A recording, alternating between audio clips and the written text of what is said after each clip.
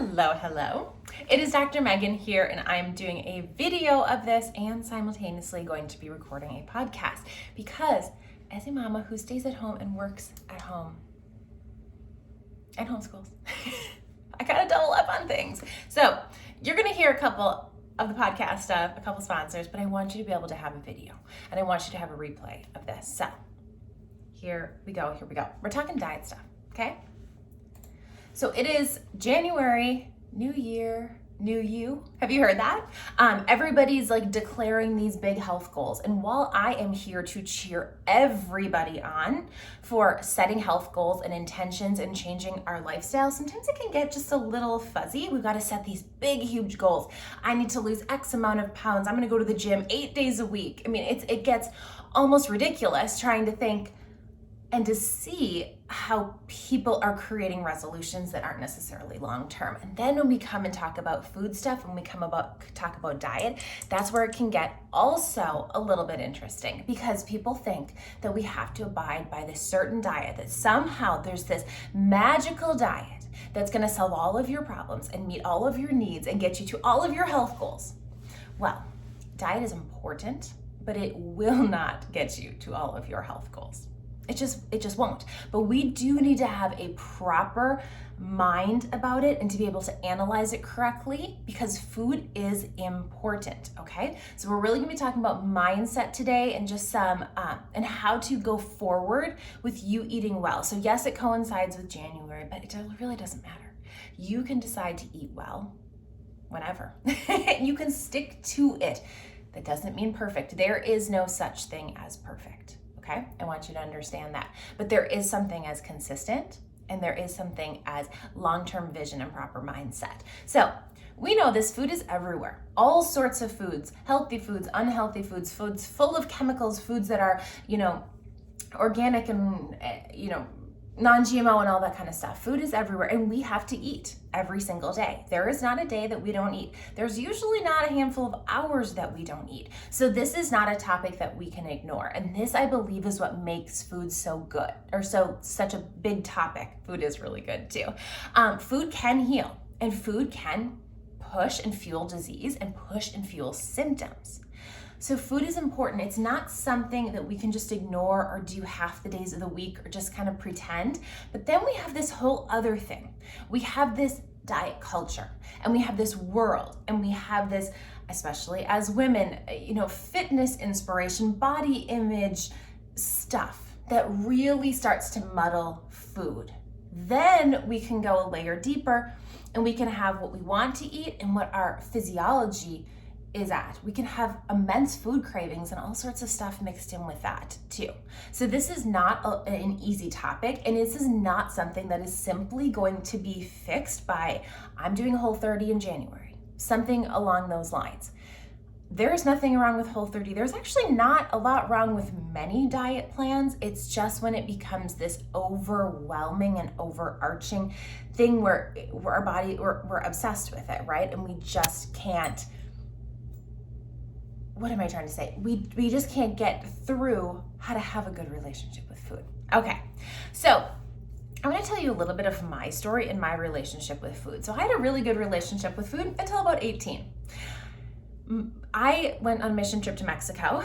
My body was primed for this, I believe, but I got a parasite, which I now know is parasites, but then I didn't know. And I came home and I had this chronic bloating and I didn't feel good.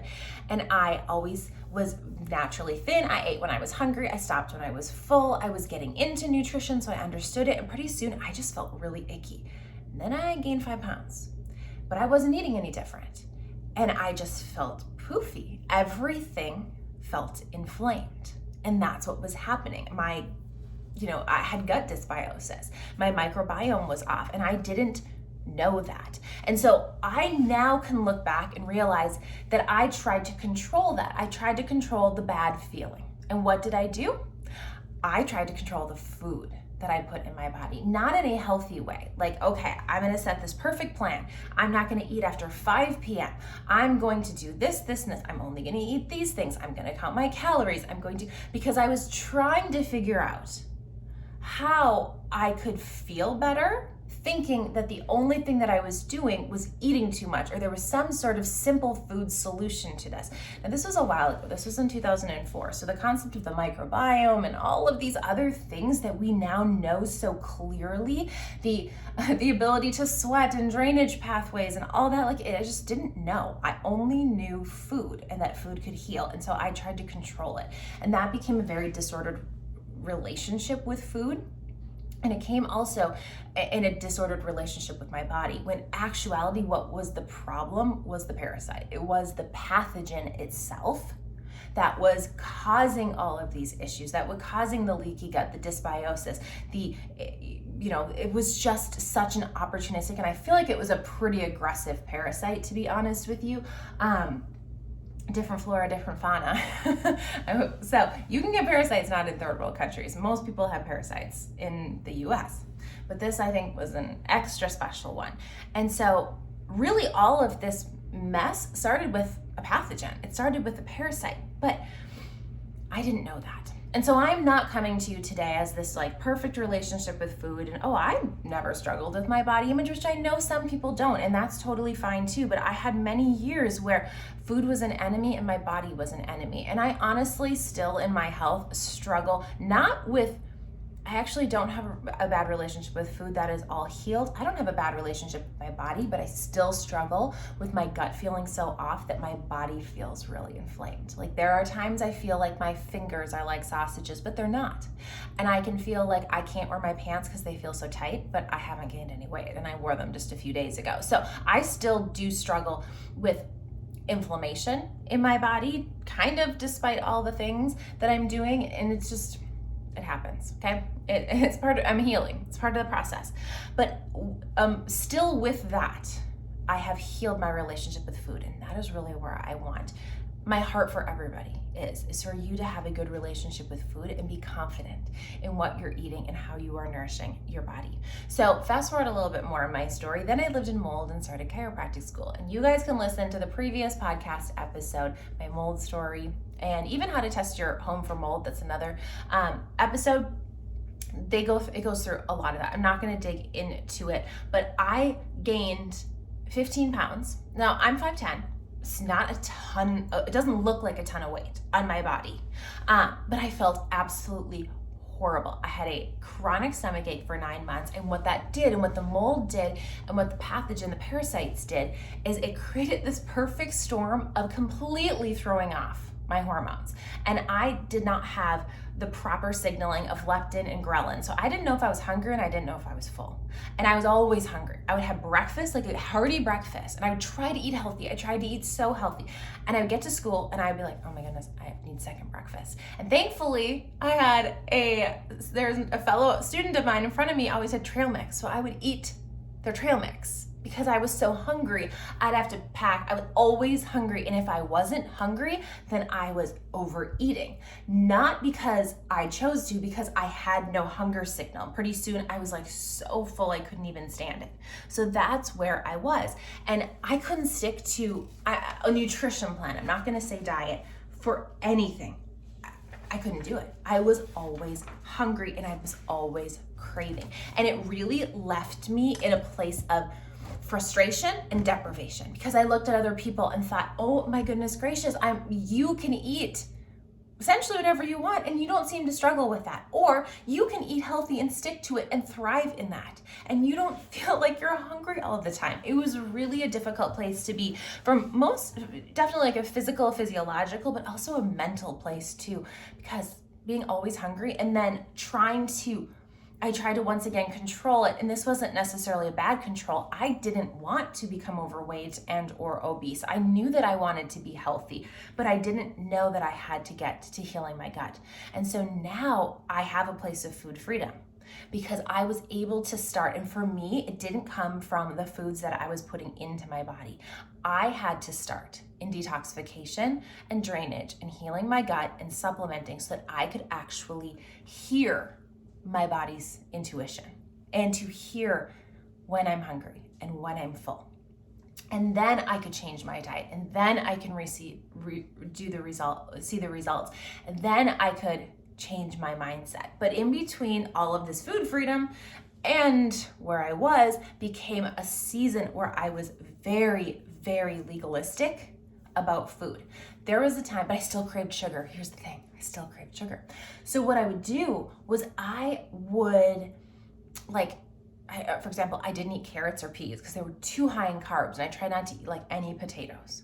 But then I would be so craving sugar that I would go eat sugar and like have too many cookies. And then I switched to paleo and I started my blog, and I had all these paleo dessert recipes, and sometimes I just would eat them for breakfast because and at this season it was fine because I knew that would be better for me than just going out and buying donuts or something. But I was still really hungry, and I was still really legalistic, and I still didn't eat carrots, which is just nuts because we eat so many carrots now. I love them. They're so tasty. They make everything so good. So I had to go deeper than that and to really truly embrace that food freedom and intuitive eating. And so what food freedom is to me, what my definition is being able to listen to your body, to eat what nourishes you, to not do the fall off the bandwagon thing and hop back on, to not be perfect, but to know where your body and physiology is at a certain time. So many of you are going, well, what do I eat? How do I do it? What do I eat? Just tell me what to eat. Just tell me what to eat. And I can't tell you what to eat because your body is different than my body. Our bodies are not the same. Your physiology is different than my physiology. Your season of life is different than my season of life right now. And so many times our brains are stuck in what to do. Give me all the practicals, give me all the action steps. Then I can put them in this really nice order and create this beautiful spreadsheet, and then I can be perfect. And then everything good happens. But if I'm not perfect, then nothing good happens. And that's where we fall into this diet culture. So we gotta define some terms before we move on. So diet culture is those diets, those nutrition plans. I'd even put some healthy, kind of more paleo diets in there too. So I would even put a Whole30 into a diet plan because they want you to avoid anything that resembles a dessert, which for some of us can cause some bad relationship with food and some kind of more obsessive behaviors around food. So the diet culture says you're only going to have success if you follow this really specific plan. You're going to have to be perfect. This will yield these results. And if you're going to fall off the bandwagon, for how long? You're going to hop back on, you're going to fall off, you're going to hop back on, and you're going to have potentially a little bit more short-term thoughts. I just have to lose 10 pounds and then everything's going to be right. Then we have the reverse. We have anti-diet culture that says don't follow a diet. There are no rules. There are no foods that aren't good for you. Everything is on the table. That nothing is bad. That you can be healthy at any size. You can gain a bunch of weight and that's healthy. You can lose a bunch of weight and that's healthy. And I want to be really, really specific and cautious here because I believe that regardless of where we're at, and so much of our weight actually comes from our toxic load. So if you are listening and you are overweight or you are obese, this is not me saying anything bad about that or that you should dislike yourself or anything. I think that we have to truly honor and respect our bodies and figure out the root cause so we can lose weight. Weight loss is not as simple as calories in, calories out. And there are still so many people trying to figure that out teaching that. And I'm like, do you don't think we would have figured this out by now? Because if all I had to do was eat a little less calories and take a few more walks around the block, I don't think I would struggle with weight. It's just mind-blowing to me. It works for some people if their toxic bucket isn't very full, or you can lose 10 to 15 pounds trying to do calorie deficit. But if you're not getting to figuring out toxins, pathogens, deficiencies, that can lead to a lot of weight gain. So all I'm saying is the mindset of our culture and the anti-diet culture that's like, you can be really overweight and that's your healthy. We need to be careful with that because we need to improve our physiology and improve our weight by getting healthier at the root cause. But also, that doesn't mean that we need to shame ourselves into that. That is not it at all. And we all are going to have different, not ideal ways, just kind of set points. And we're gonna have different set points in different seasons. Okay, if you're a breastfeeding postpartum mama, your body's gonna have and hold on to weight differently than somebody who is getting lots of sleep, has worked on their body in terms of getting healthy and open drainage and are able to do all this stuff and can sleep and recover and exercise more. That's a vastly different thing. And so your body is going to shift in different seasons too. Okay, before we go even further, I want to tell you about Beautycounter. So you guys know I'm a Beautycounter consultant and I love my products. They are safe, they're clean products, and I honestly think that Beautycounter, through all of my research and knowing the inside scoop of being a consultant, does have we are the leaders in clean, and I think that we have some of the highest standards and most rigorous standards for products.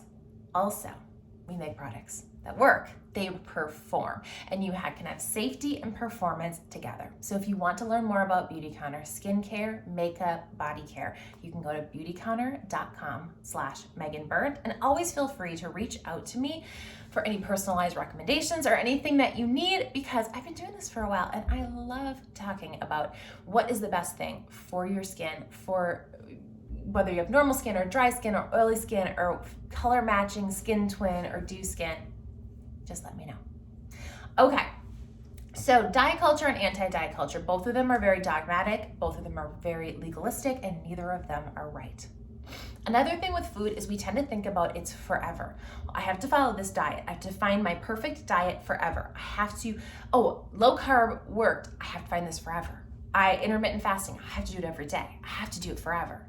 But there's different seasons in our life, correct? And sometimes, and I can get into this too, sometimes we don't want to admit that we have different seasons, or we don't want to admit that our bodies are going to change. We just kind of want to set it and forget it. We want our diet and we want so many things to kind of be like a crock pot. I'm just going to set it and I'm walk away. I don't have to address it again. We will most likely in different seasons have to address the foods that we're eating, or we can change things up, or we're going to have a bigger capacity, or we're going to be able to listen to our bodies more, or we're going to have a health flare, or we're going to be in pregnancy, or we're going to be postpartum.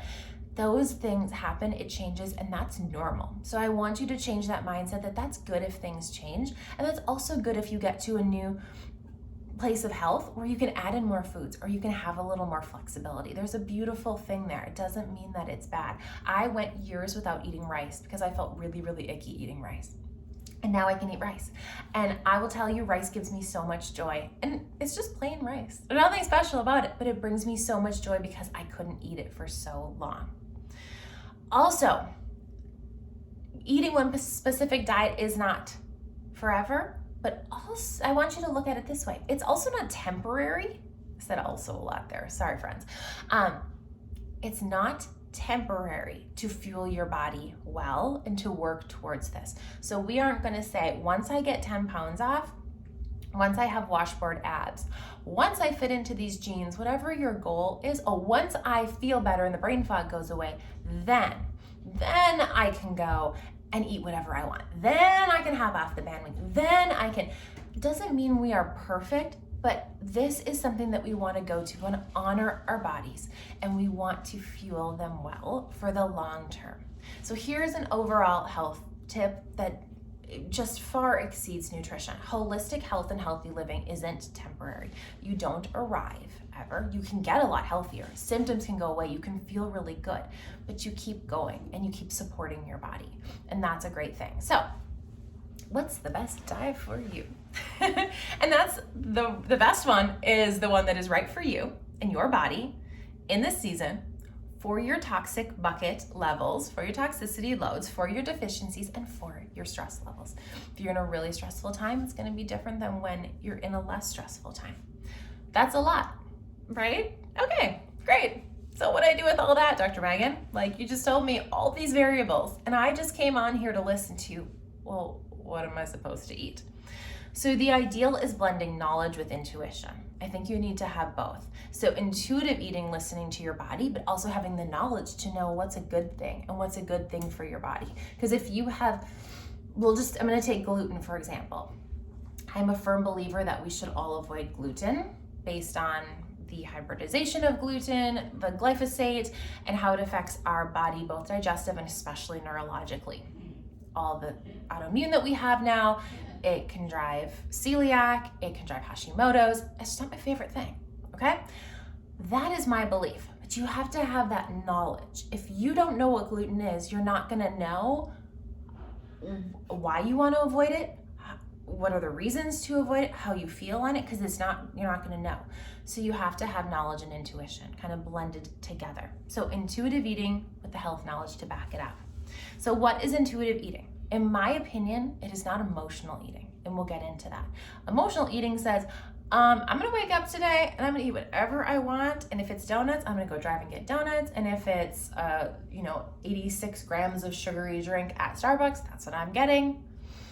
What intuitive eating is, what makes you feel good, it fuels your energy, stops or supports a decrease in your symptoms, it makes you happy, and it's things that you enjoy eating. I want to take a little bit of time and just highlight it makes you happy. When you look, let's just take kind of like a little bit more of a biblical view and mindset of this. When you look at the Bible, it talks a lot about gathering around the table and eating. If you look at studies, families who have family meal times on a very regular basis have healthier families.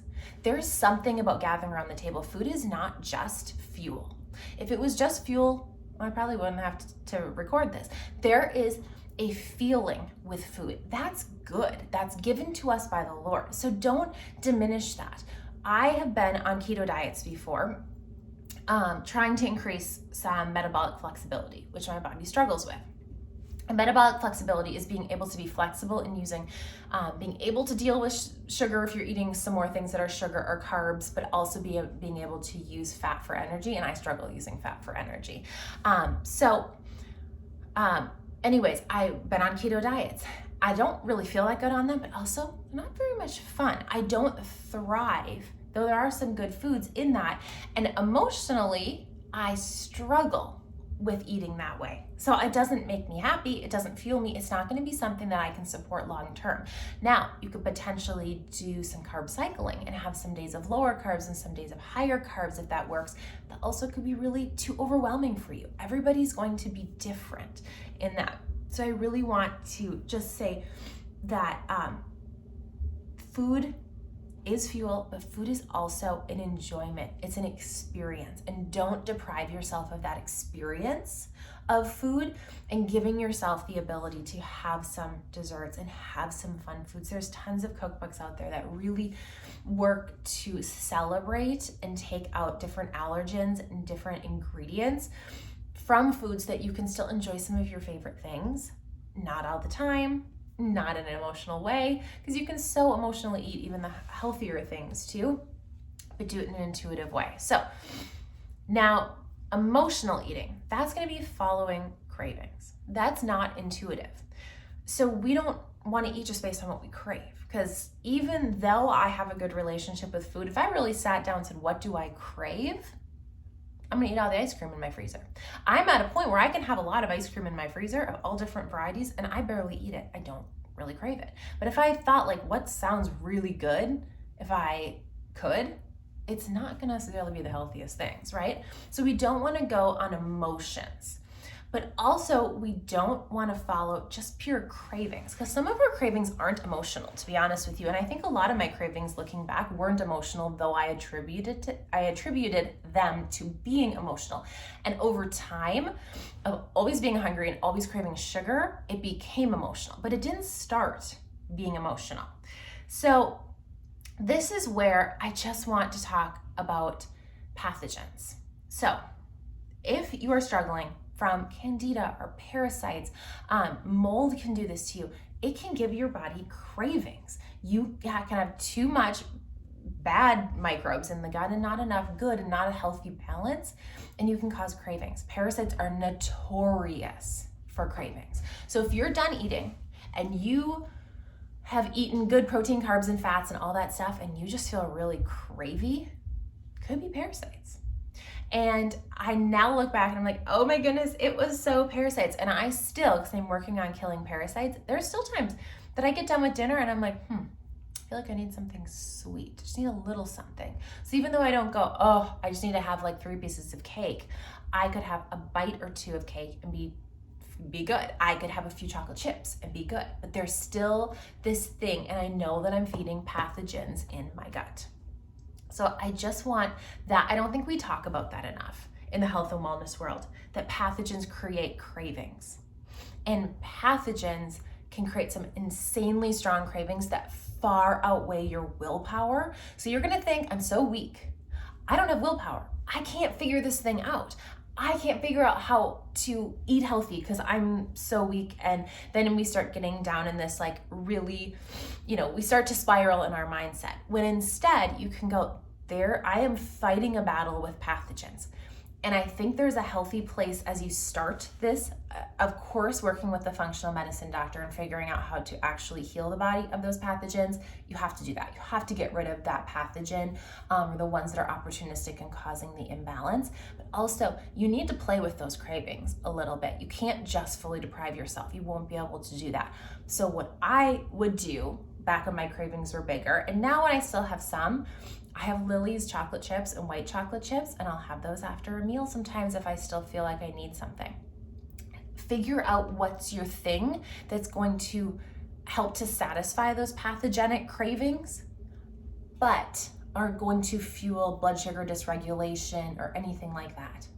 Maybe it's a couple slices of apple and some nut butter. Maybe it's a couple slices of apple and some cheese, another fruit, something that's going to be healthier, but that you're not just gonna go, okay, no, I can't do this. I can't have it, okay? Okay, we're jumping in to our next sponsor. I think that's what I'm gonna call them. But it is Fullscript. It is an online supplement dispensary that you can access through me, that you can get high quality, professional grade supplements. So nutraceutical quality supplements, you have access to them. So if you go and you try to buy supplements from Apex or orthomolecular products, you're not able to without a licensed physician. But you can go in and you can pop on to my Fullscript dispensary and you can order all of those supplements. You can also always get 10% off. It is always set for 10% off, and you get free shipping over $49. So there's some great supplements on there, and rush shipping is only $4.95 if you did need something quicker. There are honestly an endless amount of supplements. I will not waste your time and go through all of my favorites, but I have a lot of them. It is my personal one-stop supplement shop. There are other places that I get things, but I get the vast majority of stuff from Fullscript because it's so easy to order, it's so easy to use, it's easy to sign up for an account, it's quick shipping, and you can get so much under one umbrella. So you can learn more at meganburt.com/Fullscript. Okay, I do want to get into some practicals. What do I eat? Like, really, what do I eat? So, I was gonna say, raise your hand. I have video here, right? I'm doing video and podcast. There are not books out there that talk about the healing power of sugar. There are not books out there that say, feel energetic on processed foods. We can all kind of agree that the sugar, the processed foods, all of the man-made chemicals, they're just not that great for us. The less that we eat, or depending on your physiology, cut out completely, the better. So we're all gonna be different. The macronutrients that you're going to need in this season of life is gonna be different for me. My body needs meat, and I need red meat a few times a week. I thrive off of that. If I don't have red meat in a week, I just don't have as much energy. You may be a little different. So we need to have really good carbs, proteins, and fats.